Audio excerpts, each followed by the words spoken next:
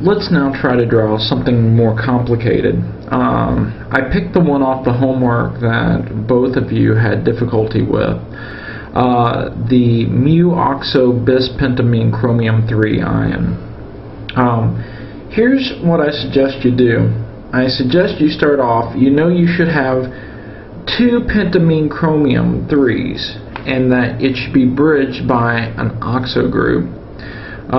First, draw an octahedron for one of the chromium centers, and I'll show you how to do that.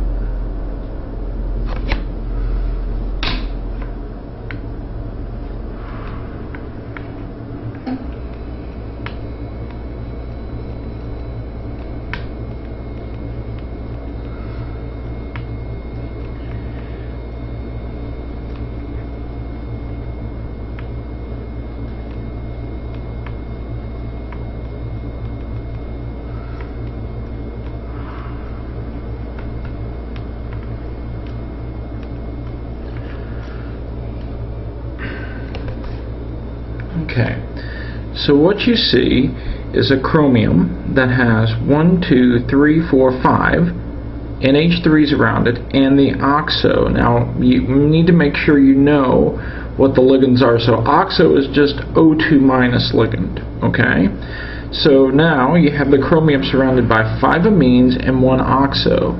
You need to link the other pentamine chromium through the oxo group.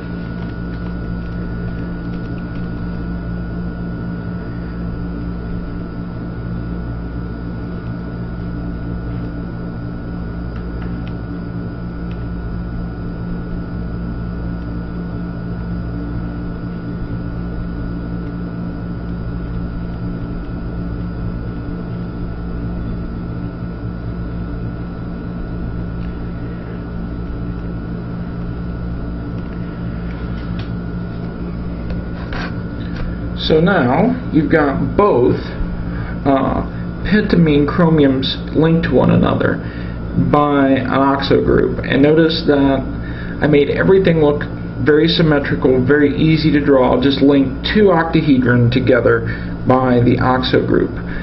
Now this is a cation. It says ion. All of the amines are neutral ligands, but the oxo is a 2 minus ligand, and each chromium is 3 plus. So the total positive charge is 6. The total negative charge from the oxo group is -2. Therefore, the overall ion should have a +4 charge.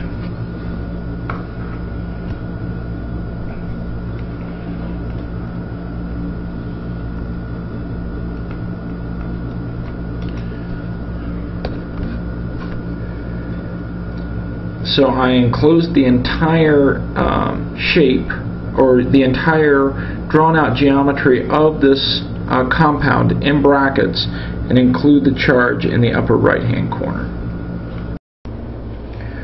One final drawing for you to look at is for FeCO5. So this has a coordination number of 5, and according to your notes and all the literature out there, it is in the solid state, it forms a trigonal bipyramid. So what I've done is I've already started drawing the structure. I take the Fe, put it in the center, and put 3 COs bonded to it that are each 90 degrees from one another. Now these, remember, are the axial, and we'll make this one part of the equatorial. So what I'm going to do is draw a wedge that comes out this way on the front part of the molecule, and a dash that goes back this way, and attach 2 more COs there.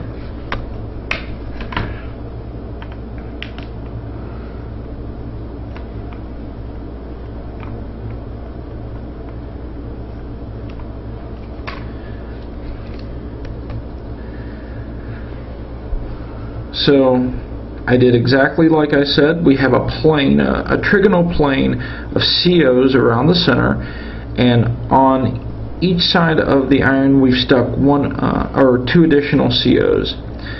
The angle between this CO and this CO is 180 degrees.